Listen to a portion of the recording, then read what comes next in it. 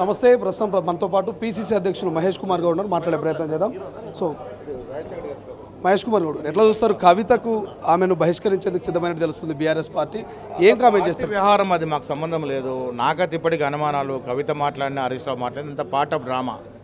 కేసీఆర్ కుటుంబం అంతా కూడా కలిసి దోచుకుంది.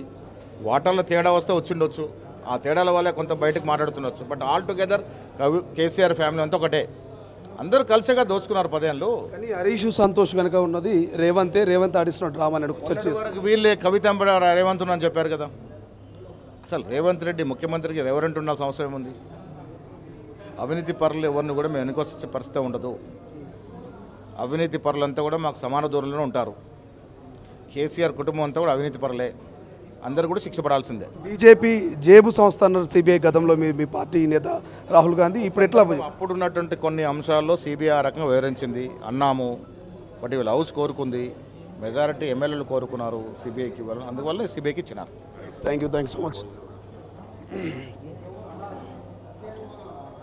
సో తాజాగా కల్వకుంట్ల కవిత చేసినటువంటి కామెంట్స్ మాత్రం తెలంగాణ రాష్ట్ర రాజకీయాల్లో చర్చనీయాంశంగా మారినటువంటి పరిస్థితి మనకు కనిపిస్తుంది. అమెరికాకు వెళ్ళి వచ్చిన తర్వాత కల్వకుంట్ల కవిత ప్రధానంగా బీఆర్ఎస్ పార్టీకి సంబంధించినటువంటి మాజీ మంత్రి అయినటువంటి హరీష్ రావు మీద, అదేవిధంగా సంతోష్ ఇద్దరి మీద కూడా సంచలన వ్యాఖ్యలు చేసింది. కేసీఆర్కు అవినీతి మరకలు అంటించడంలో ప్రధాన పాత్రధారైనటువంటి హరీష్ రావు, సంతోష్ ఇద్దరు కూడా రేవంత్ డైరెక్షన్లోనే మరి ఈ రకంగా కేసీఆర్ను ఇరికిచ్చే ప్రయత్నం చేస్తూ ఉన్నారు. కేసీఆర్ మీద ఈ రకమైనటువంటి చర్చ జరగడం, ఈ రకమైనటువంటి ఆరోపణలు రావడం చూస్తూ ఉంటే కడుపు తరుక్కపోతుందంటూ చెప్పి కూడా కల్వకుంట్ల కవిత కామెంట్ చేసినటువంటి పరిస్థితి మనకు కనిపిస్తుంది.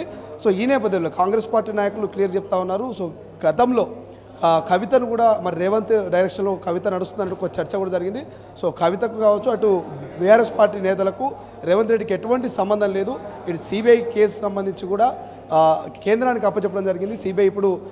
సిబిఐ ఆ కేసును దర్యాప్తు చేయబోతున్నది. సో భవిష్యత్తులో ఏం జరుగుతుంది ఏందనేది చూడాల్సినటువంటి అవసరం ఉన్నట్టు కూడా మహేష్ కుమార్ గౌడ్ చెప్తున్నటువంటి పరిస్థితి. సో చూద్దాం మరి ఈ సిబిఐకి సంబంధించినటువంటి కేసు, ఈ కాళేశ్వరం కేసును ఎక్కడి దాకా తీసుకుపోతుంది, ఎంతవరకు మరి చర్యలు ఉంటావు అనేది మరి చూడాల్సినటువంటి అవసరం ఉంది. కెమెరా పర్సన్ అజయ్తో శ్రీశైలం, తొలి వెలుగు, గాంధీ భవన్. అసలైన తొలి వెలుగు. ఫాలో వాట్సాప్ @తొలి వెలుగు అఫీషియల్.